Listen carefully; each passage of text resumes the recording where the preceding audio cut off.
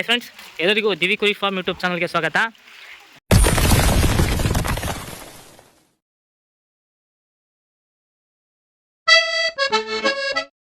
ಒಬ್ಬರು ಬಾಯ್ಲರ್ ಕೋಳಿ ಸಾಕಾಣಿಕೆ ಮಾಡಿದ್ದಾರೆ, ಅವ್ರನ್ನ ತೋರಿಸ್ತೀನಿ ಬನ್ನಿ. ಅವ್ರ ಹೆಸರು ಮತ್ತು ಫಾರ್ಮ್ ಹೆಸರು ಎಲ್ಲ ಕೇಳೋಣ.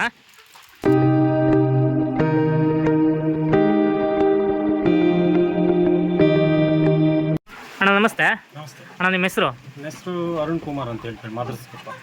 ಎಷ್ಟು ವರ್ಷದಿಂದ ಕೋಳಿ ಸಾಕಾಣಿಕೆ ಮಾಡ್ತಾ ಇದ್ದೀರಾ ಅಣ್ಣ? ಒಂದು ವರ್ಷ ಆತೀಗ 4 ಬೀಡು ಹೋಗಿದೆ. ಇಷ್ಟು ಇದು 4ನೇ ಮುಗಿದಿದೆ. 4 ಬೀಡು ತಗೊಂಡು ಹೋದ್ರೆ ಮುಗಿತು. 4 ಬೀಡು.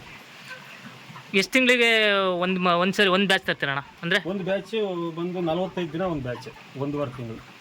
ಅಂದರೆ ನಿಮ್ಮ ಫಾರ್ಮ್ ಸ್ಟಾರ್ಟ್ ಆಗಿ ಒಂದು ವರ್ಷ 2 ವರ್ಷ ಆಗಿದೆಯಾ? 1 ವರ್ಷ ಆಗಿದೆ. 1 ವರ್ಷ ಆಗಲ್ಲ, ಇನ್ನು ಸ್ಟಾರ್ಟ್ ಮಾಡಿ ನಾನು ಇನ್ನು ದೀಪಾವಳಿ ಬಂದರೆ 2 ವರ್ಷ ಆಗುತ್ತೆ. 1 ವರ್ಷ ಆಗುತ್ತೆ ಅಣ್ಣ. ಫೀಡಿಂಗು ಎಲ್ಲ ಹೆಂಗೆ ಮಾಡ್ತೀರಾ ಮರಿಗಳಿಗೆ? ಮರಿ ತರೋದು, ಫೀಡಿಂಗು ಎಲ್ಲ? ಮರಿ ತರೋದು ನಾನು ಸ್ವಂತ ಏನು ಮಾಡ್ತಿಲ್ಲ. ಮತ್ತು ಅದು ನಮ್ಮ ಶ್ರೀದೇವಿಯವರು ಕಂಪ್ನಿಯವರಿಗೆ ಮರಿ ಕೊಡೋರು ಅವರು, ಮತ್ತು ಫೀಡ್ಸು, ಮೆಡಿಸಿನ್ಸ್ ಅವ್ರು ಕೊಡ್ತಾರೆ. ಕೋಳಿನ ಎಷ್ಟು ದಿನದಿಂದ ಎಷ್ಟು ದಿನ ತನಕ ಸಾಕಾಣಿಕೆ ಮಾಡ್ತೀರಾ? ಮೊದಲಿನ ದಿನದಿಂದ ಹಿಡಿದು 45 ದಿನ ತನಕ ಸಾಕಾಣಿಕೆ ಮಾಡ್ತೀವಿ. 45-48 ದಿನ ಅವರು ಕ್ಲಿಯರ್ ಶೆಡ್ ಕ್ಲೋಸ್ ಮಾಡೋ ತನಕನೂ ಅದ್ರ ಜವಾಬ್ದಾರಿ ನಾನು ನೋಡ್ತೇವೆ. ಅಂದರೆ ಒಂದು ಬ್ಯಾಚ್ ಹೋಗೋ ತನಕ ಕ್ಲಿಯರಾಗಿ ನೋಡ್ತಾರೆ. ಒಂದು ಕೆ ಜಿ ಬರೋಕ್ಕೆ ಎಷ್ಟು ದಿನ ತಗೊಳುತ್ತೆ ಅಂದರೆ ಅಂದಾಜು? ಈಗ ಹೆಚ್ಚು ಕಡಿಮೆ ಇದು 3 kg ಬಂದ್ಬಿಟ್ಟಿದೆ. ಈಗ 2.5ರಿಂದ 3 kg. ಹ್ಯಾಟೆ 2.5, ಪೂಜೆ ಬಂದು 3 kg ಬಂದಿದೆ. ಅದು 40-45 ದಿನಕ್ಕೆ ಬಂದ್ಬಿಡುತ್ತೆ. 1 kg ಅಂತಂದ್ರೆ ಒಂದು 20-22 ದಿನಕ್ಕೆ 1 kg ಬರುತ್ತೆ. ಅಣ್ಣ, ನಿಮ್ಗೆ ಹೆಂಗೆ ಕೊಡ್ತಾರಣ್ಣ ರೇಟು? ರೇಟು ಅದು ಅವರು ಒಂದು FCR ಮೇಲೆ ಕೊಡ್ತಾರಂತೆ. ಅದು ನನ್ನ ಹೆಚ್ಚಿನ ಅನುಭವ ಇಲ್ಲ. ಅಂದ್ರೆ ನಾನು ಕೆಲಸ ಮಾಡೋದಕ್ಕೆ ಏನು ತೊಂದರೆ ಆಗೋದಿಲ್ಲ. ಅಂದರೆ ಬೆಳಿಗ್ಗೆ ಒಂದು ಅಂದಾಜು ಒಂದು 3ರಿಂದ 4 ರೂಪಾಯಿ, 4ರಿಂದ 5 ರೂಪಾಯಿ ಸಿಗ್ಬೋದು 1 kg ಮೇಲೆ. 1 kg ಮೇಲೆ ಅಂದರೆ ಸಮಸ್ಯೆ ಏನು? ಕರೆಂಟು ಇದೆಲ್ಲ ನಿಮ್ಮದೇ ಆಗುತ್ತೆ? ನಮ್ಮದೇ. ಈ ಮತ್ತೆ ಅಲ್ಲಿಂದ ಏನು ನಾವು ಇಲ್ಲ ಹಾಕಿದ್ದೀವಿ, ಅದ್ರಿಗೆ ಫೀಡ್ರ್ ಇರ್ಬೋದು, ಡ್ರಿಂಕರ್ ಇರ್ಬೋದು, ಎಲ್ಲ ನೀರಿನ ವ್ಯವಸ್ಥೆ ಎಲ್ಲದೂ ನಮ್ಮದೇ. ಪ್ರತಿಯೊಂದು ಅವ್ರದ್ದು ಏನಪ್ಪ ಅಂತಂದ್ರೆ ಮರಿ ಕೊಡೋದು, ಮತ್ತು ಅಲ್ಲಿಂದ ಮೆಡಿಸಿನ್ಸು, ಫೀಡ್ಸ್, ವ್ಯಾಕ್ಸಿನೇಷನ್ಸ್ ಅಷ್ಟೇ ಎಲ್ಲ ಕೊಡ್ತಾರೆ.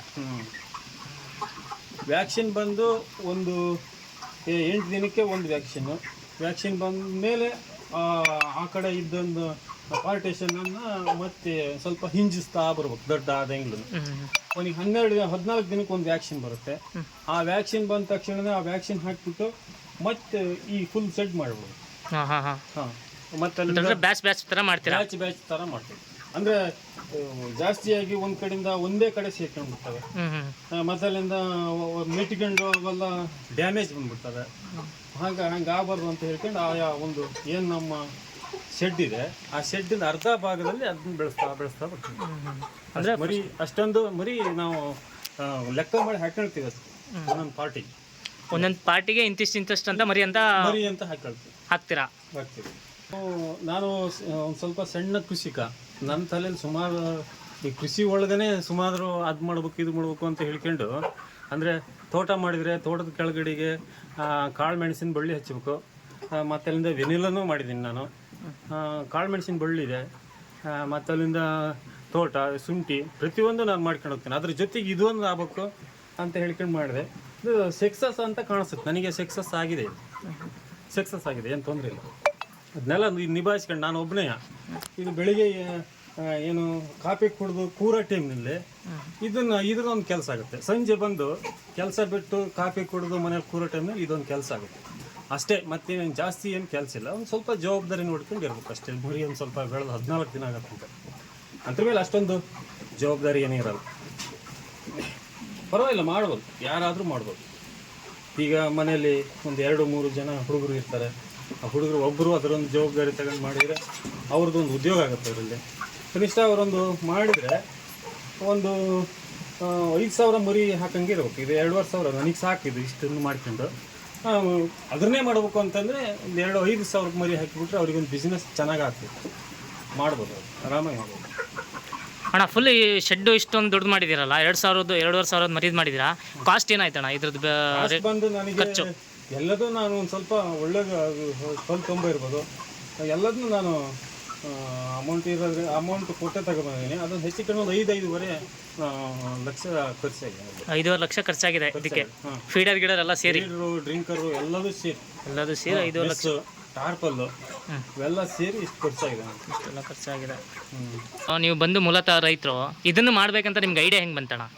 ಇದು ನಾನು ಅವ್ನ ಜೊತೆಗೊಂದು ಕೆಲಸ ಮಾಡಬೇಕು, ಮತ್ತು ಅಲ್ಲಿಂದ ಬೇರೆ ಕಡೆ ಕೂಲಿಗೆ ಹೋಗ್ಬೇಕು, ಅದು ಬೇಡ ನಿಲ್ಲಿಸ್ಬೇಕು ಅಂತ ಹೇಳ್ಕೊಂಡು ನನ್ನ ಉದ್ಯೋಗ ನಾನೇ ಮಾಡ್ಕೋಬೇಕು ಅಂತೇಳಿ ನಾನು ಮಾಡಿದವ.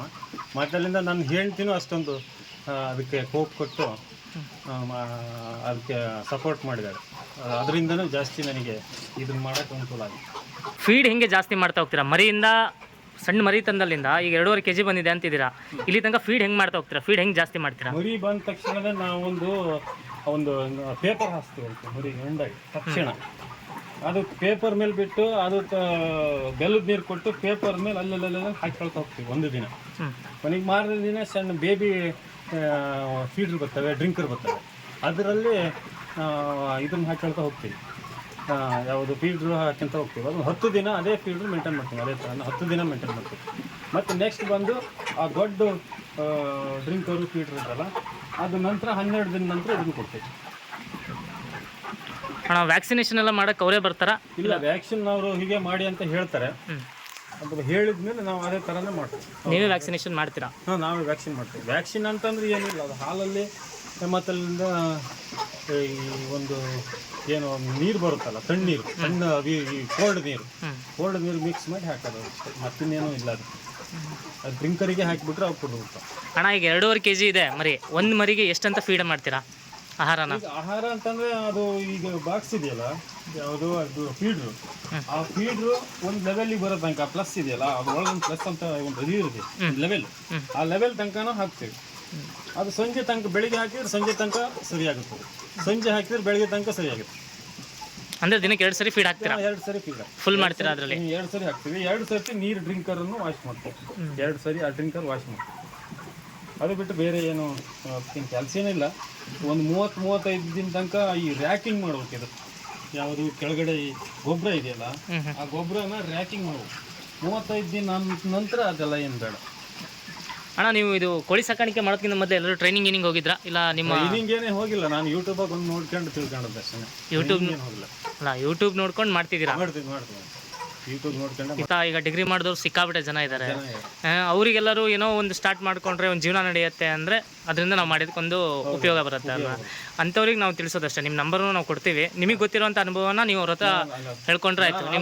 ಅವರಿಗೆ ಎಲ್ಲ ಐಡಿಯಾಗಳನ್ನು ನಾನು ಅವರಿಗೆ ಹೇಳ್ತೀನಿ. ನಂಬರು ತೊಂದರೆ ಇಲ್ಲ, ಅವ್ರು ಬಂದು ನೋಡ್ಕೊಂಡು ಹೋಗ್ಬೋದು. ಎಲ್ಲರಿಗೂ ಅವರಿಗೆ ಅವಕಾಶ ಮಾಡಿಕೊಡ್ತೀನಿ. ಅವರಿಗೆ ಅಭಿರುಚಿ ಇರ್ಬೇಕು, ಅದು ಮಾಡಲೇಬೇಕು, ನಾನು ಮಾಡ್ತೀನಿ ಅಂತೇಳಿ ಸ್ವಲ್ಪ ಸ್ಟಾರ್ಟಿಂಗ್ ಮಾಡಿ ಮತ್ತೆ ಬಿಡಬಾರ್ದು. ಅದರಲ್ಲಿ ಏನಿದೆ ಅಂತ ಇಷ್ಟೆಲ್ಲ ಬಿಲ್ಡಿಂಗಿಗೆಲ್ಲ ಬಂಡವಾಳ ಹಾಕಿ ಎಷ್ಟೋ ಜನ ಹಾಗೆ ಸುಮ್ಮನಿದ್ದಾರೆ. ಲಾಸ್ ಆದೈತೋ ಏನೋ ಅಂತ ಅದು ಹೆದರಬಾರ್ದು, ಮಾಡ್ಬೇಕು. ಮಾಡಿದ ಮೇಲೆ ಅದು ಲಾಸ್ ಅಂತೂ ಆಗೋದಿಲ್ಲ. ಅವನು ಕೆಲಸ ಮಾಡಿದ್ದಕ್ಕೆ, ಅವನು ಇಲ್ಲಿ ವರ್ಕ್ ಮಾಡೋದಕ್ಕೆ ಸಂಬಳ ಸಿಗುತ್ತೆ, ಏನು ತೊಂದರೆ ಇಲ್ಲ. ಕಷ್ಟಪಟ್ಟಿದ್ದಕ್ಕೆ ಲಾಭ ಸಿಕ್ಕೇ ಸಿಗುತ್ತೆ, ಏನು ಸಮಸ್ಯೆ ಇಲ್ಲ. ಅಣ್ಣ, ನಿಮ್ಮ ನಂಬರ್ ಹೇಳ್ಬಿಡಿ ಅಣ್ಣ. ನನ್ನ ನಂಬರು 9353535025 ಇದು ಬಂದ್ಬಿಟ್ಟು ನಿಮ್ಮ ನಂಬರು. ಯಾವಾಗ ಕಾಲ್ ಮಾಡಿದ್ರು ಪಿಕ್ ಮಾಡಿ ಮಾತಾಡ್ತೀರಾ? ನಿಮ್ಗೆ ಗೊತ್ತಿರೋ ಮಾಹಿತಿನ ಕೊಡ್ತೀರಾ? ಕೋಳಿ ಬಂದುಬಿಟ್ಟು ಇವಾಗ 45 ದಿನ ಕೊಡ್ತೀನಿ ಅಂತ ಹೇಳ್ತಿದ್ದೀರಾ. ಮತ್ತು 45 ದಿನ ಆದಮೇಲೆ ಮತ್ತೆ ಅವ್ರಿಗೆ ಕೊಡ್ತಾರಾ? ಇಲ್ಲ ವರ್ಷಕ್ಕೆ ಇಂತಿಷ್ಟು ಬ್ಯಾಚ್ ಅಂತ ಮಾಡ್ತೀರಾ? ವರ್ಷಕ್ಕೆ ಇಂತಿಷ್ಟು ಅಂತಲೇ ಏನಿಲ್ಲ. ಅದು ಆಲ್ಮೋಸ್ಟ್ ಹೆಚ್ಚು ಕಡಿಮೆ ನಾವು ಕೆಲಸದ ಮೇಲೆ ಹೋಗುತ್ತೆ. ನಾವು ಈ ಕೋಳಿ ಕ್ಲಿಯರ್ ಆದಮೇಲೆ ಒಂದು ಗೊಬ್ಬರದ ತಕ್ಷಣ ತೆಗೆದು ಶೆಡ್ಡೆಲ್ಲ ಕ್ಲೀನ್ ಮಾಡಿ ಒಂದು 15 ದಿನ ಒಣಸ್ಬೇಕು. ಇದನ್ನು ಶೆಡ್ಡೆಲ್ಲ ಕ್ಲೀನ್ ಮಾಡಿ ಒಣಸ್ಬೇಕು. ಔಷಧಿನೆಲ್ಲ ಸಿಂಪಡಿಸಿ, ಕೀಟನಾಶಕನೆಲ್ಲ. ಮತ್ತು ಬೇರೆ ರೋಗ ಯಾವುದೇ ಇದ್ದರೆ ಮುಂದೆ ಟಚ್ ಆಗಬಾರ್ದು ಅನ್ನೋ ಒಂದು ದೃಷ್ಟಿಯಿಂದ ಅದನ್ನು ನಾವು ಕ್ಲೀನ್ ಮಾಡ್ತೀವಿ. ಕ್ಲೀನ್ ಮಾಡಿದ ತಕ್ಷಣವೇ ಅವರು ಸೂಪರ್ವೈಸರ್ ಕಳಿಸಿ ನೋಡಿ ನಂತರ ಬಿಡ್ತಾರೆ. ಅವರು ಕಾಲ್ಕೊಲ್ಲೆಲ್ಲ ಕ್ಲಿಯರ್ ಆಗಿ ಕಟ್ಟಿದ ಮೇಲೆ ಅವ್ರು ಬಿಡ್ತಾರೆ. ನಮ್ದೊಂದು 15-20 ದಿನ ಗ್ಯಾಪ್ ಕೊಡ್ತಾರೆ. ಯಾವಾಗಲೂ ಮರಿ ಕೊಡ್ತಾ ಇರ್ತಾರೆ. ನೀವು ನಿಮ್ಮ ಕೆಪಾಸಿಟಿ ಮೇಲೆ ಅವ್ರು ಕೊಡ್ತಾ ಇರ್ತಾರೆ. ಇಲ್ಲ, ಅವ್ರು ಹೇಳ್ತಾರೆ 45 ದಿನಕ್ಕೆ 1-2 kg 2.5 kg ಬರಬೇಕು ಅಂತ ಹೇಳ್ಕೊಂಡು ಅವ್ರದ್ದೊಂದು ಇದಿದೆ. ನಮ್ಮಲ್ಲಿ ಇನ್ನೂ ಚೆನ್ನಾಗಿ ಬರುತ್ತೆ. ಅದು 2 kg 700 ಗ್ರಾಮು, 3 kg ಹತ್ರನೂ ಬರುತ್ತೆ. ಹಾಗಾಗಿ ಅವರು ಇದು ಏನು ಜಾಸ್ತಿ ತೂಕ ಬಂದಂಗೆ ನಮಗೆ ಜಾಸ್ತಿ ಅವ್ರಿಗೆ ಅಮೌಂಟ್ ಹಾಕಿ ಕೊಡ್ತಾರೆ, ಲಾಭ ಕೊಡ್ತಾರೆ. ನಿಮಗೆ ಲಾಭ ಸಿಗುತ್ತೆ ಅಂತ ಹೇಳ್ತಿದ್ರ. ಸಾಕಾಣಿಕೆಗೆ ಕುರಿ ಸಾಕಾಣಿಕೆಗೆ ಮತ್ತು ಇನ್ಯಾವುದೇ ಸಾಕಾಣಿಕೆಗೆ ಮಾಡಿದರೆ ಒಂದು ವರ್ಷಗಟ್ಟಲೆ ಅದನ್ನ ವಾಪಸ್ ಸಾಲ ತೀರ್ಸೋಕ್ಕೆ ಬೇಕಾಗುತ್ತೆ. ನಮ್ಮದು ಈ ಫಾರ್ಮ್ನಿಂದ ಕೋಳಿ ಫಾರ್ಮ್ನಿಂದ ನಮಗೆ 45ರಿಂದ 50 ದಿನಕ್ಕೆ ನಮಗೆ ಅದು ಏನೋ ನಾವು ಬಂಡವಾಳ ಹಾಕಿದ್ದು ಸ್ವಲ್ಪ ಒಂದೇ ಸರಿಗೆ ಅಷ್ಟು ಕ್ಲಿಯರ್ ಆಗೋದಿಲ್ಲ, ಸ್ವಲ್ಪ ಬರ್ತಾ ಹೋಗುತ್ತೆ. ಒಂದೇ ವರ್ಷಕ್ಕೆ ಹೆಚ್ಚು ಕಡಿಮೆಯಿಂದ 1-1.5 ಲಕ್ಷ ನಮಗೆ ವಾಪಸ್ ಸಿಗುತ್ತೆ ಅವರಿಂದ. 5 ಲಕ್ಷ ಅಂತಂದರೆ 2-3 ವರ್ಷದೊಳಗೆ ನಮ್ಗೆ ದುಡ್ಡು ಕ್ಲಿಯರ್ ಆಗುತ್ತೆ. ಸ್ವಲ್ಪ ಅದೇ ಇದು ನಮ್ಮ ಖರ್ಚಿಗೂ ಸಾಕಾಗುತ್ತೆ. ದುಡ್ಡು ಏನು ಸಮಸ್ಯೆ ಆಗಲ್ಲ, ನಮಗೆ ಸಾಲ ತೀರ್ಸೋಕ್ಕೆ ತೊಂದರೆ ಆಗೋದಿಲ್ಲ. ಅಂದರೆ ಕುರಿ ಸಾಕಾಣಿಕೆ ಮಾಡೋದ್ರಿಂದ, ಕುರಿ ಹಂದಿ ಎಲ್ಲ ಸಾಕಾಣಿಕೆ ಮಾಡಿದ್ರೆ ತುಂಬ ತಿಂಗಳುಗಳು ಸಾಕಬೇಕಾಗತ್ತೆ, ವರ್ಷಗಟ್ಟಲೆ ಆಗುತ್ತೆ. ಆದರೆ ಕೋಳಿ ಸಾಕಾಣಿಕೆ ಮಾಡೋದ್ರಿಂದನೇ ಆ 1-1.5 ತಿಂಗಳಿಂದನೇ ಲಾಭ ಸ್ಟಾರ್ಟ್ ಆಗ್ತಾ ಹೋಗುತ್ತೆ ಬಿಸ್ನೆಸ್ ಅಂತ. ತಿಂಗಳಿಂದನೇ ಲಾಭ ಅಂತಂತಲ್ಲ, ನಾವು ಹಾಕಿದ ಬಂಡವಾಳ ಸ್ಟಾರ್ಟ್ ಆಗುತ್ತೆ, ಬಂಡವಾಳ ನಮಗೆ ಕೈ ಸೇರಕ್ಕೆ ಸ್ಟಾರ್ಟ್ ಆಗುತ್ತೆ. ಆವಾಗಿಂದ ದುಡ್ಡು ಕಾಣ್ಬೋದು ಅಂತ. ದುಡ್ಡು ಕಾಣ್ಬೋದು. ಇದು ಒಂದು ವರ್ಷಗಟ್ಟಲೆ ನಾವು ಕಾಯ್ತಾ ಇರ್ಬೇಕು. ಬೇರೆ ಬಂಡವಾಳ ಹಾಕಿದ್ರೆ ವರ್ಷಗಟ್ಟಲೆ ಕಾಯ್ತಾ ಇರ್ಬೇಕು. ಇದು ಹಂಗಲ್ಲ, ಒಂದು 45ರಿಂದ 50 ದಿನ ಅವರು ಕಂಪ್ನಿಯವ್ರು ತಕ್ಷಣ ಹಾಕಿಬಿಡ್ತಾರೆ, ಏನು ತೊಂದರೆ ಇಲ್ಲ. ಸರ್, ಈ ಕೋಳಿ ಸಾಕಾಣಿಕೆ ನೀವು ಲೋನ್, ಸಬ್ಸಿಡಿ ಲೋನ್ ಯಾವುದು ತೊಗೊಂಡಿಲ್ವಾ? ಇಲ್ಲ, ಯಾವುದು ಸಬ್ಸಿಡಿ ಲೋನ್ ಯಾವುದು ತಗೊಂಡಿಲ್ಲ. ಎಲ್ಲಾದರೂ ಟ್ರೈ ಮಾಡಿದ್ರಾ? ಟ್ರೈನೂ ಮಾಡಲಿಲ್ಲ. ಇದಿಷ್ಟ ಆತಲ್ಲ, ಮತ್ತೆ ಯಾಕೆ ಸುಮ್ಮನೆ ಲೋನ್ ಮಾಡೋದಂತ ಸುಮ್ಮನೆ ಸಬ್ಸಿಡಿ ಲೋನ್ ಏನು ತಗೊಂಡಿಲ್ಲ. ಲೋನು, ಸಬ್ಸಿಡಿ ಲೋನ್ಸ್ ಕೂಡ ಸಿಗತ್ತೆ, ಅದನ್ನ ಸಮೇತ ತಗೋಬಹುದು. ಸರ್, ಇದು ಕೋಳಿ ಶೆಡ್ಡು, ಪಡ್ಡಿ ಶೆಡ್ಡು ಏನಾದರೂ ಹಾಕ್ಸ್ಕೊಂಡಿದ್ರಾ? ಯಾವುದು? ಪಂಚಾಯತಿಯಿಂದ ಕೋಳಿ ಶೆಡ್ ಅಂತ ಹಾಕ್ಸ್ಕೊಂಡಿದ್ದೀರಾ? ಪಂಚಾಯತಿಗೆ ಪರ್ಮಿಷನ್ ಎಲ್ಲ ತೊಗೊಂಡಿದ್ದೀರಾ? ಪಂಚಾಯತಿಗೆ ಪರ್ಮಿಷನ್ನು ಮತ್ತು ಎಲ್ಲ ಇದಕ್ಕೆ ಏನೇನು ಬೇಕು, ಪರಿಸರ ಇಲಾಖೆಯಿಂದ ಇರ್ಬೋದು, ತಹಸೀಲ್ದಾರಿಂದ ಇರ್ಬೋದು, ಎಲ್ಲ ನಾನು ಮಾಡಿಸ್ಕೊಂಡಿದ್ದೀನಿ. ಏನು ತೊಂದರೆ ಇಲ್ಲ, ಅದ್ರ ಬಗ್ಗೆ ಏನು ತೊಂದರೆ ಇಲ್ಲ. ಎಲ್ಲದು ಗ್ರಾಮ ಪಂಚಾಯತಿಗೆ ಪರ್ಮಿಷನ್ ತಗೊಂಡಿದ್ದೀನಿ, ಮತ್ತು ಅಲ್ಲಿಂದ NOC ಎಲ್ಲದೂ ತಗೊಂಡಿದ್ದೀನಿ. ಕಾನೂನಾತ್ಮಕವಾಗಿ ಮಾಡಿದ್ದೀನಿ ನಾನು ಎಲ್ಲ. ಆ ಥರ ಅಲ್ಲ, ರೈತರಿಗೆ ಅಂತ ಹೇಳಿದರೆ ಎಲ್ಲರೂ ಸಪೋರ್ಟ್ ಮಾಡೇ ಮಾಡ್ತಾರೆ ಆಲ್ಮೋಸ್ಟ್ ಅಲ್ಲ. ಮತ್ತು ಇದು ಒಂದು ಕೋಳಿ ಸಾಕಾಣಿಕೆ, ಇದು ಕರೆಕ್ಟಾಗಿರೋ ಪರಿಸರ ಅಂದ್ರೆ ಏನು ಸರ್? ಇದು ಒಳ್ಳೆ ಬೆಳವಣಿಗೆ ಬರಬೇಕು ಅಂತ ಹೇಳಿದ್ರೆ ಒಂದು ಒಳ್ಳೆ ಪರಿಸರ ಅಂದರೆ ಹೆಂಗಿರ್ಬೇಕಂತ? ಪರಿಸರ ಇರಬೇಕು, ಗಾಳಿ ಚೆನ್ನಾಗಿ ಬೀಸಬೇಕು. ಆದರೆ ಬೇಸಿಗೆ ಒಳಗೆ ಬಿಸಿಲು ಜಾಸ್ತಿ ಇರೋದ್ರಿಂದ ಸುತ್ತ ಮರ ಇದ್ದರೆ ಇನ್ನೂ ಅನುಕೂಲ. ಅದು ತಣ್ಣನ ಗಾಳಿ ಬೀಸ್ತಾ ಇರ್ಬೇಕು. ನನಗೆ ಹಂಗಾಗಿದೆ. ಒಂದು ಸ್ವಲ್ಪ ಹೈಟು, ಸ್ವಲ್ಪ ಈ ಕೆಲವರು ಏನು ಮಾಡ್ತಾರೆ ಅಂತಂದರೆ ಇದ್ರ ಹೈಟು ಬಂದು 8 ಅಡಿ ಇಡ್ತಾರೆ. ನಾನು 10 ಅಡಿ 12 ಅಡಿ ಇಟ್ಟಿದ್ದೀನಿ. ಆಗಿರೋದ್ರಿಂದ ನೇರವಾದ ಬೆಳಕು ಮತ್ತು ಅಲ್ಲಿಂದ ನೇರವಾದ ಒಳ್ಳೆ ಗಾಳಿ ಬೆಳಕು ಒಳಗಡೆ ಬರುತ್ತೆ. ಒಳಗಡೆ ಗಾಳಿ ಬೆಳಕು ಚೆನ್ನಾಗುತ್ತೆ. ಜಾಸ್ತಿ ಗಾಳಿ ಬೆಳಕು ಬಂದಂಗೆ ಫೀಡ್ ಜಾಸ್ತಿ ತಿಂತವೆ ಮತ್ತು ಗ್ರೌತ್ ಚೆನ್ನಾಗುತ್ತೆ. ಸರ್, ಇವಾಗ ಹೀಟಿಂಗ್ ಮಾಡಬೇಕು ಅಂತ ಹೇಳ್ತಾರೆ ಕೋಳಿನ. ಇದು ಹೀಟಿಂಗ್ ಹೆಂಗೆ ಮಾಡ್ತೀರಾ ಸರ್? ಹೀಟಿಂಗ್ ಪ್ರೋಸೆಸ್ ಹೆಂಗೆ ಮಾಡ್ತೀರಾ? ಬಂದು ಅಲ್ಲಿ ಡ್ರಮ್ ಇಟ್ಟಿದ್ದೀವಲ್ಲ, ಆ ಡ್ರಮ್ ಅಲ್ಲಿ ಕಟ್ಟಿಗೆ ಹಾಕ್ತೀವಿ. ಆ ಕಡೆ ಡ್ರಮ್ ಇದೆಯಲ್ಲ, ಹಾಂ ಸರ್, ಕಾಣ್ತಿದೆ. ಡ್ರಮ್ ಒಂದು 8 ದಿನ ತನಕ ಬೇಸಿಗೆಯಲ್ಲಿ ಹೀಟ್ ಹಾಕ್ತೀವಿ. ಮಳೆಗಾಲದಾಗೆ ಬಂದು 14 ದಿನ ತನಕ ಹೀಟ್ ಹಾಕ್ತೀವಿ. ಅದಕ್ಕೆ ಬೆಳಿಗ್ಗೆ ಸಂಜೆ ಕಟ್ಟಿಗೆ ಹಾಕಿ ಬೆಂಕಿ ಹಾಕ್ತೀವಿ. ಸರ್, ಮರಿ ಎಷ್ಟು ದೊಡ್ಡ ಆಗೋ ತನಕ ಹೀಟ್ ಹಾಕ್ತೀರಾ ಸರ್? ಮರಿ ಸಾಮಾನ್ಯ ಅದು 8 ದಿನ ಆಗೋ ತನಕ. 8 ದಿನ ಆಗೋ ತನಕ ಸುತ್ತ ಟಾರ್ಪಲ್ ಇರುತ್ತೆ, ಅದರೆಲ್ಲ ಗಾಳಿ ಏನು ಬರೋದಿಲ್ಲ ಹೊರಗಡೆ, ಹಂಗಾಗಿ ಹೀಟ್ ಜಾಸ್ತಿ ಬರುತ್ತೆ. 8 ದಿನ ಹೀಟ್ ಹಾಕ್ತೀರಾ, ಆಮೇಲೆ ಹೊರಗಡೆ ಬಿಡ್ತೀರಾ ಸರ್ ಒಂದೇ ಸರಿ? ಹೊರಗಡೆ ಬಿಡ್ತೀವಿ ಅಂತಂದ್ರೆ ಒಂದು ಸ್ವಲ್ಪ ಹಿಂಜಿಸ್ತಾ ಬರ್ತೀವಿ ಸರ್. ಅಂದರೆ ಈಗ ಫಸ್ಟ್ ಟೈಮ್ ಒಂದು ಸ್ವಲ್ಪ ಹಿಂಗೆ ಹೊರಗಡೆ ಬಿಟ್ಟಾಗ ಏನಾದರೂ ಮರಿಗಳು ಸಾಯೋ ಆ ಥರ ಏನಾದರೂ ಇರುತ್ತಾ? ಡ್ಯಾಮೇಜ್ ಕೆಲವೊಂದೊಂದು ಮರಿ. ಇವಾಗ ನಾವು ಏನಕ್ಕಿಂತ ಕೇಳ್ತಾ ಇದ್ದೀವಿ ಅಂತ ಹೇಳಿದ್ರೆ, ಈಗ ಫಸ್ಟ್ ಟೈಮ್ ಮಾಡ್ತೀವಿ, ಈಗ ನಾವು ಆಗಲಿ ಫಸ್ಟ್ ಟೈಮ್ ಮಾಡಿದಾಗ ಆ ಥರ ಆದಾಗ ಒಂಥರ ಮನಸ್ಸಿಗೆ ಘಾಸಿ ಆಗ್ಬಿಡುತ್ತೆ. ಅಯ್ಯೋ, ನಮ್ಮ ಕೋಳಿ ಮರಿ ಸಾಯ್ತಿದೆಯಲ್ಲ ಅನ್ನೋದು. ಅದನ್ನ ಯಾರು ಹೇಳಲ್ಲ. ಅದು ಯೋಚನೆ ಮಾಡಬಾರ್ದು. ಇಷ್ಟೆಲ್ಲ ಕೋಳಿ ಮರಿ ಇದ್ದಾಗ ಒಂದು ಸ್ವಲ್ಪ ಕೆಲವೊಂದು ಕುಂಟು ಕೋಳಿ ಬರ್ತವೆ, ಮತ್ತೆಲ್ಲ ಡ್ಯಾಮೇಜು ನಾವು ಬಿಡ್ತಾನೆ ವೀಕ್ ಇರ್ತವೆ. ಅವೆಲ್ಲ ಒಂದು 10-12 ದಿನದೊಳಗೆ ಹೋಗ್ಬಿಡ್ತವೆ. ಅದಕ್ಕೆ ಕೋಳಿಗೆ ಬಂದು ಕಾಯಿಲೆನೂ ಇರುತ್ತೆ, ಕಾಯಿಲೆ ಇಲ್ಲ ಅಂತೇನಿಲ್ಲ. ಇದು ಬಂದು ಜಾಸ್ತಿ ಹಾರ್ಟ್ ಅಟ್ಯಾಕ್ ಆಗೋದು ಜಾಸ್ತಿ ಈ ಕೋಳಿ. ಮತ್ತು ಅಲ್ಲಿಂದ ಬ್ಯಾಕ್ ಬರ್ನ್ ಅಂತ ಬರುತ್ತೆ, 30-32 ದಿನ ಮೇಲೆ ಬ್ಯಾಕ್ ಬರ್ನ್ ಅಂತ ಬರುತ್ತೆ. ಅವೆಲ್ಲ ಸಮಸ್ಯೆನೇ ಆಗಲ್ಲ. ಅದು ನಾವು ಅವರು ಪ್ರತಿನಿತ್ಯ ಸೂಪರ್ವೈಸರ್ ಬರ್ತಾರೆ, ಎಷ್ಟು ಮಾರ್ಟಿಲಿಟಿ ಎಷ್ಟಿದೆ ಅಂತ ಹೇಳ್ಕೊಂಡು ಅವರೆಲ್ಲ ಬರ್ಕೊಂಡು ಹೋಗ್ತಾರೆ. ಅವೇನು ಬೆಳೆಯೋ ಒಂದು ತಲೆ ಮೇಲೆ ಹಾಕೋದಿಲ್ಲ ಅವರು. ಅದು ಡ್ಯಾಮೇಜ್ ಏನು ಬಂದರೂ ಕೂಡ ಅದು ಅವ್ರು ಲೆಸ್ ಮಾಡ್ತಾರೆ. ವ್ಯಾಕ್ಸಿನೇಷನ್ ಕೂಡ ಕೊಡ್ತಾರೆ ಅವರೇ. ವ್ಯಾಕ್ಸಿನೇಷನ್ ಅವರೇ ಕೊಡ್ತಾರೆ. ಅದರಿಂದ ನಂದು ಮರಿ ಸಾಕಿದೆ, ನನಗೆ ಜಾಸ್ತಿ ಮರಿ ಸತ್ತೋಗ್ಬಿಡ್ತು ಅಂತ ಹೇಳಿ ಭಯ ಪಡಬೇಕಾಗಿದ್ದೇನಿಲ್ಲ. ಆ ಒಂದಷ್ಟು ಭಯ ಪಡೋ ಅಂತ ಒಂದೇನಿಲ್ಲ.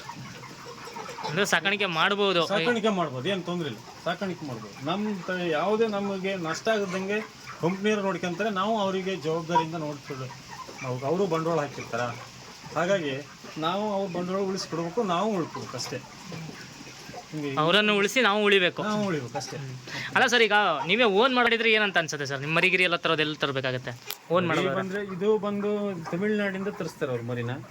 ನಮಗೆ ಇಲ್ಲಿ ಎಲ್ಲೂ ಮರಿ ಸಿಗ್ತದೆ, ಶಿವಮೊಗ್ಗ ಸಿಗ್ಬೋದೇನೋ, ನಾನಂತೂ ವಿಚಾರ ಮಾಡಲ್ಲ. ಓನ್ ಮಾಡೋ ಅಂಥದ್ದು ಒಂದು ಯೋಚನೆ ಮಾಡಲ್ಲ ನಾನು.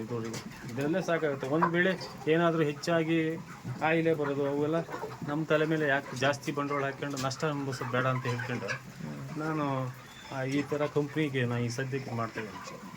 ಮುಂದೆ ಓನ್ ಮಾಡ್ಬೇಕಂತ ಏನಾದರೂ ಇದೆ ಸರ್? ನೋಡ್ಬೇಕು, ಅದು ಇನ್ನೂ ನಮಗೆ ಇನ್ನೂ ಒಂದು ಅಭ್ಯಾಸ ಆಗ್ಬೇಕು ಜಾಸ್ತಿ.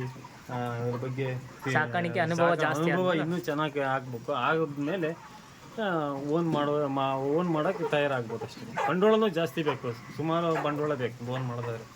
ಹಾಗೆ ಸುಮ್ಮನೆ ಬಂಡವಾಳ ಇಲ್ಲದೆ ಓನ್ ಮಾಡೋಕ್ಕಾಗಲ್ಲ. ಅದಕ್ಕೆ ಸಿಕ್ಕಾಪಟ್ಟೆ ಬಂಡವಾಳ ಆಗುತ್ತೆ. ಮರಿಗೆ ಬಂಡವಾಳ ಆಗುತ್ತೆ, ತೀಡಿ ಜಾಸ್ತಿ ಬಂಡವಾಳ ಆಗುತ್ತೆ. ಅದನ್ನೆಲ್ಲ ನಿಭಾಯಿಸ್ಕೊಳ್ಳೋ ಅಂಥ ಒಂದು ಕೆಪಾಸಿಟಿ ಇದ್ರೆ ಮಾಡ್ಬೋದು. ಲಾಭ ಇಲ್ಲ ಅಂತಿಲ್ಲ, ಲಾಭ ಮಾಡ್ಬೋದು, ಏನು ತೊಂದರೆ ಇಲ್ಲ. ಒಂದೇ ಸರಿನೇ ನಾನು ಓನ್ ಮಾಡ್ತೀನಿ ಅನ್ನೋದು ಕಷ್ಟ ಆಗುತ್ತೆ ಸ್ವಲ್ಪ. ಅಣ್ಣ, ನಿಮಗಿರೋ ಅನುಭವದಲ್ಲಿ ಈ ಹೊಸದಾಗಿಂದ ಕೋಳಿ ಸಾಕಾಣಿಕೆ ಮಾಡೋರಿಗೆ ಏನಾದರೂ ಹೇಳೋದಾದ್ರೆ ಏನು ಹೇಳ್ತೀರಾ ಸಂದೇಶ? ಅಂತಂದರೆ ಅವರಿಗೆ ಕೋಳಿ ಸಾಕ್ತೀನಿ, ನಾನು ಕೆಲಸ ಮಾಡ್ತೀನಿ, ಅದರಿಂದ ನಾನು ಬೇಜವಾಬ್ದಾರಿ ಮಾಡೋದ್ರಿಂದ ನಾನು ದುಡಿಮೆ ಮಾಡ್ತೀನಿ ಅನ್ನೋದಿದ್ರೆ ಮಾತ್ರ ಕೋಳಿ ಸಾಕಾಣಿಕೆಗಾಗಲಿ ಮತ್ತು ಇನ್ನು ಯಾವುದಕ್ಕಾಗಲಿ ಬರಬೇಕು. ಹಿಂದೆ ನಾನು ಅವ್ರನ್ನ ಕೇಳಿ ಟೆಸ್ಟ್ ಮಾಡ್ಕೊಂಡು ನೋಡೋಣ, ಆ ಕಡೆ ಹೋಗೋಣ ಈ ಕಡೆ ಹೋಗೋಣ ಅಂತ ಚಂಚಲ ಮನಸ್ಸಿದ್ರೆ ಆಗೋದಿಲ್ಲ. ಕಷ್ಟ ಮಾಡ್ತೀನಿ, ಅದರಲ್ಲಿ ಒಂದು ಗುರಿ ಇರಬೇಕು ಅವನು. ನಾನು ಕೋಳಿ ಫಾರಮ್ ಮಾಡ್ಕೊಂಡು ಅಥವಾ ಕುರಿ ಫಾರಮ್ ಮಾಡ್ಕೊಂಡು ಹಂದಿ ಫಾರಮ್ ಮಾಡ್ಕೊಂಡು ನಾನು ಮೇಲೆ ಹಿಂದೆ ಬರ್ತೀನಿ ಅನ್ನೋ ಒಂದು ತಾಕತ್ತು ಅವನ ಹತ್ರ ಒಂದು ಕಾನ್ಸಂಟ್ರೇಷನ್ ಇದ್ದರೆ ಅವ ಮೇಲೆ ಬರೋಕ್ಕೆ ಸಾಧ್ಯ.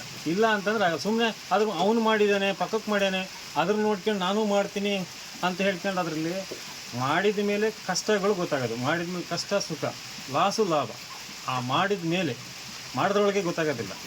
ಅದು ಮಾಡಿದ ಮೇಲೆ ಲಾಭ ಇದೆ, ಲಾಭ ಇಲ್ಲ ಅಂತಿಲ್ಲ, ಮಾಡ್ಬೋದು. ಅಂದರೆ ಮಾಡಲೇಬೇಕು ಅಂತ ಒಂದು ಗುರಿ ಇಟ್ಕೊಂಡು ಹೋಗ್ಬೇಕು ಅಷ್ಟೇ. ಗಲೀಜು ಮಾಡ್ಕೋಬಾರ್ದು. ನಾನು ಗಲೀಜು ಐತಿ, ಹೇಸಿಗೆ ಆಗುತ್ತೆ ನನಗೆ ಅಂತ ಹೇಳ್ಕೊಂಡಿದ್ರೆ ಅದು ಬರೋದಿಲ್ಲ. ಹೇಸಿಗೆನೂ ಆಗುತ್ತೆ, ಎಲ್ಲದೂ ಆಗುತ್ತೆ. ಅದನ್ನು ಕೈಯಿಂದನೂ ತೆಗಿಬೇಕು, ಎಲ್ಲದೂ ಮುಟ್ಬೇಕು, ಎಲ್ಲ ಮಾಡಬೇಕು. ಅದರಿಂದ ದೂರ ಇರೋಕ್ಕಾಗೋದಿಲ್ಲ. ನಾವು ಅದ್ರ ಹೆಂಗಿದ್ರಿಂದ ನಾವು ಅದಕ್ಕೆ ಅಡ್ಜಸ್ಟ್ ಹಾಕೊಂಡು ಕೆಲಸ ಮಾಡಬೇಕು. ಅಡ್ಜಸ್ಟ್ ಹಾಕೊಂಡು ಕೆಲಸ ಮಾಡಲಿಲ್ಲ ಅಂತಂದರೆ ನಮ್ಗೆ ಅದು ಕೆಲಸ ನಮ್ಮ ಕೈ ಹಿಡಿಯಲ್ಲ.